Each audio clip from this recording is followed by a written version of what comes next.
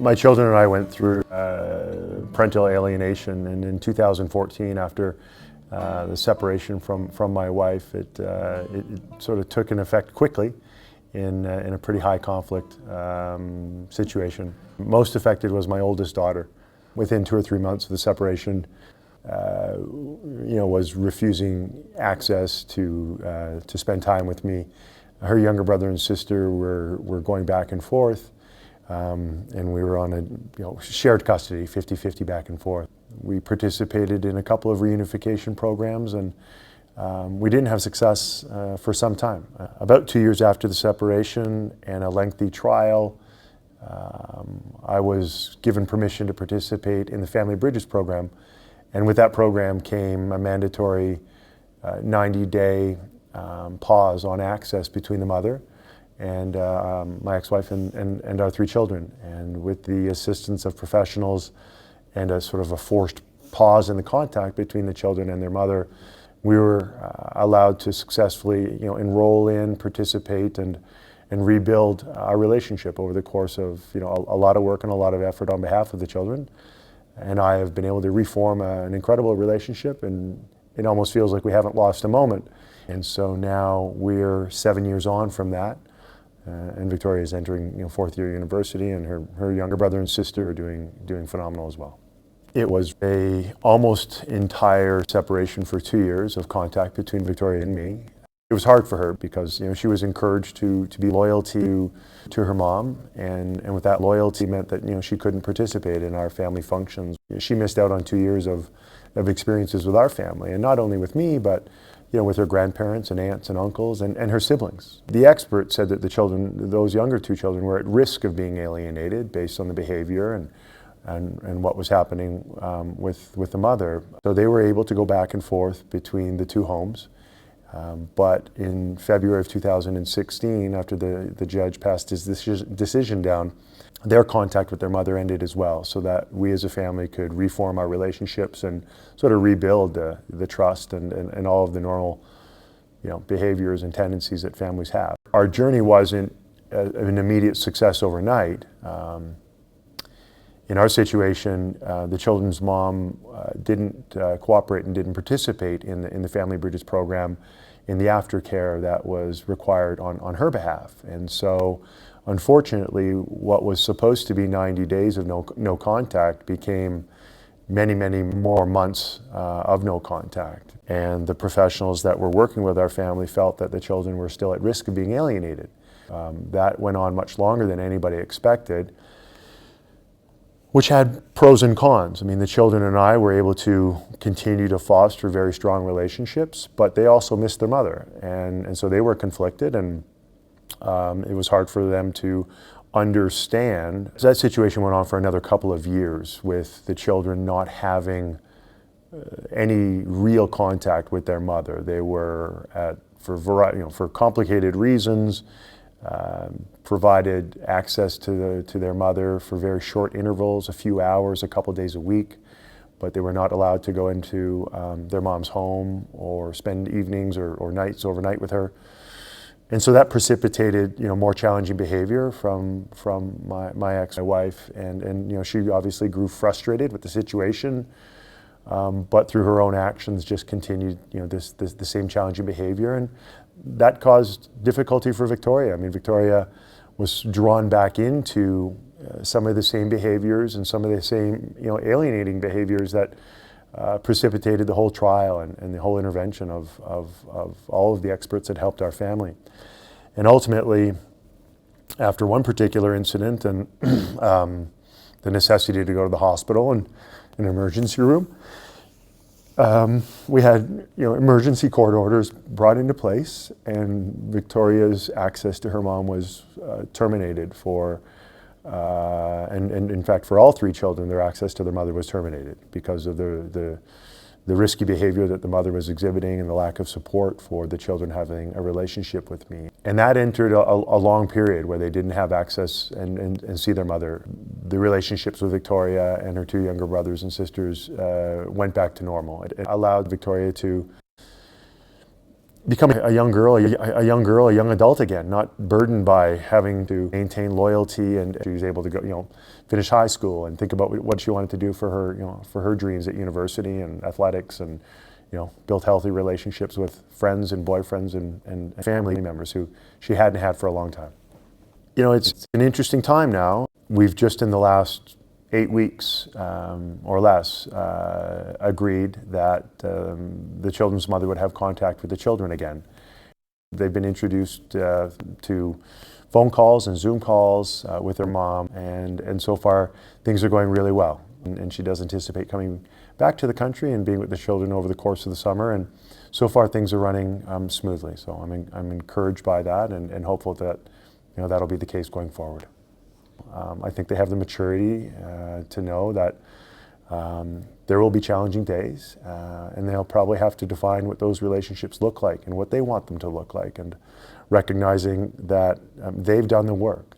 This was a decision that we negotiated outside of the court. The court orders were still in place that there was to be no contact between the younger two children. Victoria had been allowed contact with her mom. She was old enough at that stage to be in contact with her mom. She chose to not have contact with her mom for the past 4 or 5 years, just feeling that the risk was still there, that she might become alienated again. Victoria was very focused on her pursuit of academics and athletics, and building relationships with those who were really supportive around her. But as her younger brother and sister got old enough, I just felt that there has to be an end to this. It's expensive to keep up the legal battles. It's not where I want to focus my efforts and the children's efforts, and I wanted to put the resources into their education, and ultimately just decided to settle our financial and legal differences. And in the last couple of months, close to 1.5 years into a separation, hundreds of thousands of dollars invested in lawyers and counselors. By this stage of the game, I'm heavily indebted into my family, and I'm thinking hard about, how is some program going to, unprogram my daughter? And, I didn't know if it was going to work. I didn't have any money left, and I just said I have an obligation to try to save Victoria. I owed it to her that this wasn't going to be a life that was going to be healthy or happy for her. Even if I could move on, I just felt that she deserved someone to fight for her. And so made a decision to find the money and go into the program.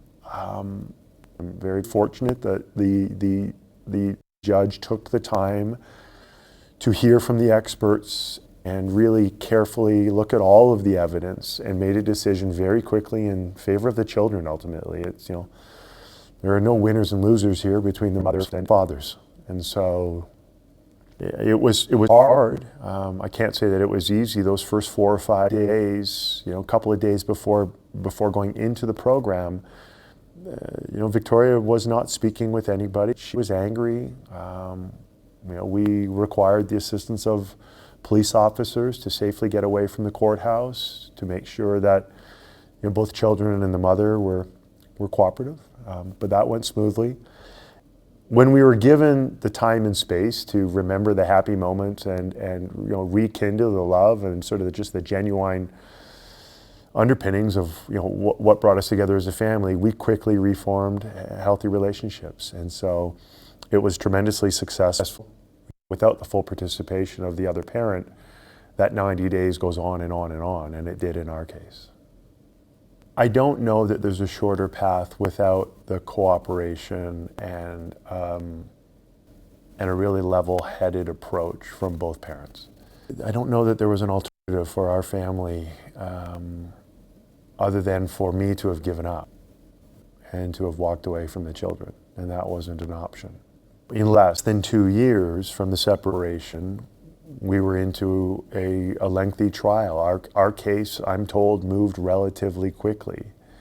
Did I want to go to trial? Did I want to spend what we both spent on lawyers? No. I mean, everybody been set back 20 or 25 years and trying to, to rebuild, the finances and dreams that we had for our family. But I don't know if there was a shorter path. I really hadn't heard of parental alienation before I built up the courage to sort of initiate the separation. I didn't know it was possible. I didn't know there was a term.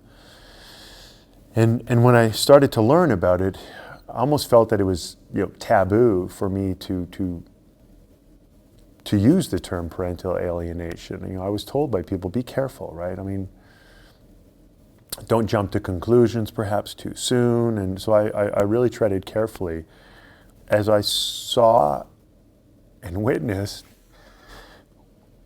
sort of the stress and angst and emotional instability that Victoria went through.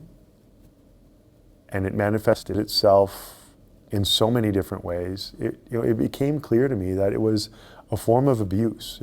I mean, this was a very young girl who otherwise had an absolutely healthy relationship with both her mom and dad beforehand, had been, instilled with the courage and the necessity to reject me, and that took unbelievable willpower and loyalty to her mom, and I know how hard that was on Victoria. I saw the physical, the emotional. I saw the roller coaster that she was on, and I could have made it worse by insisting that she come with me every night, and I had to walk a fine line between letting her go and not calling the police when she ran away each instance so that it wouldn't tax her more. I didn't want to cause her more heartache and pain and perhaps physical damage to herself. And that never happened. I'm very grateful for that. The fear of rejection, I think, from the favored parent is unbelievably powerful on young children. I'm not a psychologist, I'm just a dad. It's hard for me to say what foundation may have been laid beforehand. I certainly think that Victoria, in the eyes of her mom and in the eyes of a broader family, was considered to be very special. I don't want to say favored, but very special and adorned with every accoutrement and privilege beyond I could imagine. The fact that the alienation and the separation came so fast did shock me. Had I not been available and sort of between careers, I don't know that I would have had the relationship that I now have with the children in the end. It took all of me. It near broke me for sure many times over those 3 or 4 years of high conflict. They choose to spend 80% of their time with their mom at any point in time. My love's unconditional, and so I think they're probably comforted by that, and I'm very bullish and positive about the outlook.